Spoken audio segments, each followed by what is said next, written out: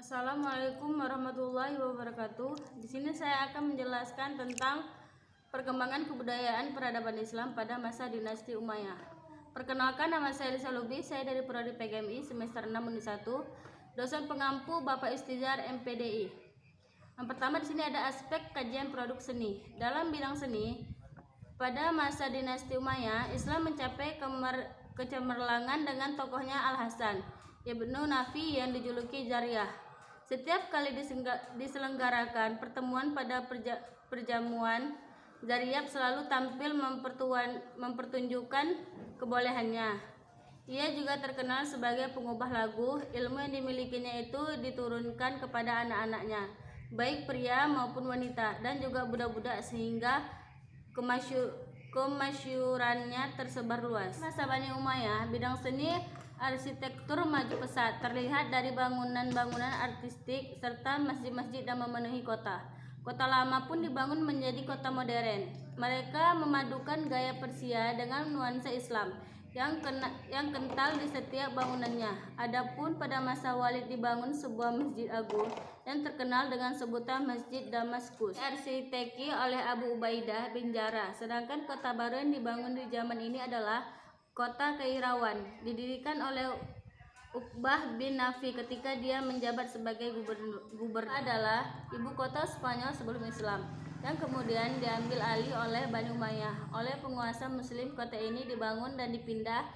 Jembatan besar dibangun di atas sungai yang mengalir di tengah kota. Taman-taman dibangun untuk menghiasi ibu kota Spanyol Islam. Pohon-pohon dan bunga-bunga diimpor dari timur. Di antara kebanggaan kota Cordova lainnya adalah Masjid Cordova. Samping ini, ciri-ciri khusus kota-kota Islam adalah tempat pemandian di sekitarnya terdiri berkampungan yang indah karena air sungai tak dapat diminum. Penguasa Muslim mendirikan saluran air dari pergunungan yang panjang sekitaran 30 km. Selanjutnya, aspek kajian sastra, moral, pendidikan, dan agama. Yang pertama, sastra. Seni sastra berkembang dengan pesatnya hingga mampu menerobos ke dalam jiwa manusia dan berkedudukan tinggi di dalam masyarakat dan negara, sehingga syair yang muncul senantiasa sering menonjol dari sastranya. Di samping isinya yang bermutu tinggi, seni suara yang berkembang adalah seni baca Al-Quran, kasidah, musik, dan lagu-lagu yang bernafaskan cinta, sehingga pada saat itu bermunculan seniman dan qari'ah ternama. Bahasa Arab telah menjadi bahasa administrasi dalam pemerintahan Islam pada masa dinasti Umayyah. Hal ini dapat diterima oleh orang Islam dan non-Islam. Bahkan penduduk asli menomorduakan bahasa asli mereka. Mereka juga banyak yang mahir di ahli seni dalam berbahasa Arab, baik keterampilan berbicara maupun kata bahasa. Mereka itu antara lain Ibnu Syaidi, Abu Ali al-Ishibil, Abu Al-Hasan Ibnu Usfur, dan Abu Hayyan Al-Karnati.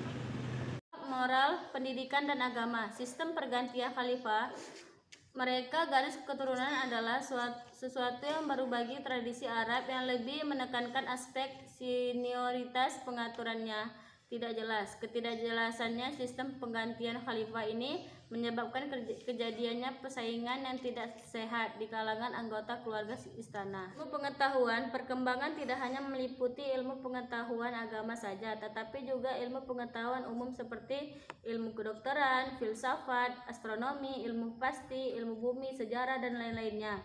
Toleransi beragama ditegakkan oleh para penguasa terhadap penganut agama Kristen dan Yahudi, sehingga mereka ikut berpartisipasi mewujudkan peradaban Arab Islam. Orang-orang Yahudi, sebagaimana juga orang-orang Yahudi, disediakan hakim khusus yang mengenali masalah sesuatu dengan ajaran agama mereka masing-masing.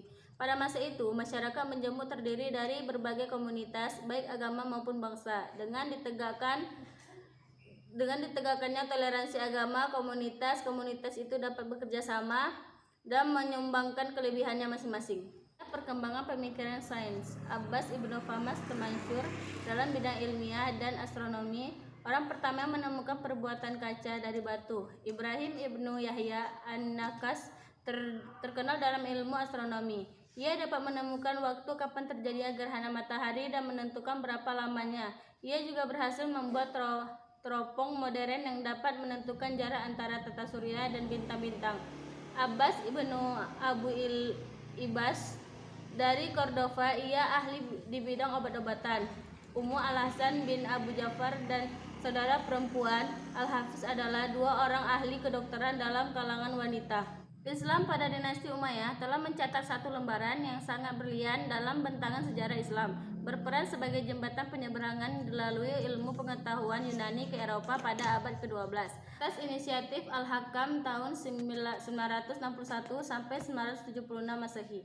Karya-karya ilmiah dan filosofis di luar dari timur dalam jumlah besar, sehingga Cordova dengan perpustakaan dan universitasnya mampu menyaingi Baghdad sebagai pusat pengetahuan di dunia Islam. Perkembangan kemajuan peradaban dengan keberhasilan ekspansi ke beberapa daerah baik di timur maupun barat. Wilayah kekuasaan Islam masa Bani Umayyah ini betul-betul sangat luas. Daerah-daerah ini meliputi Spanyol, Afrika Utara, Syria, Palestina, Syariah, Arabia, Irak, sebelum Asia kecil, Persia, Afghanistan, Pakistan, Turkmenia, Uzbek, dan Kirgiz di Asia Tengah. Kemajuan dalam bidang militer pada masa Bani Umayyah jauh lebih berkembang dari masa sebelumnya, sebab diberlakukan undang-undang wajib militer. Perkembangan kemajuan peradaban dalam bidang sosial budaya. Khalifah pada Bani Umayyah juga telah banyak memberikan kontribusi yang cukup besar. Saya untuk teman-teman adalah semoga penonton dapat memahami bagaimana perkembangan kebudayaan peradaban Islam pada masa dinasti Umayyah. Cukup sekian penjelasan dari saya, lebih dan kurang saya mohon maaf. Wabillahi taufiq wal hidayah. Wassalamualaikum warahmatullahi wabarakatuh.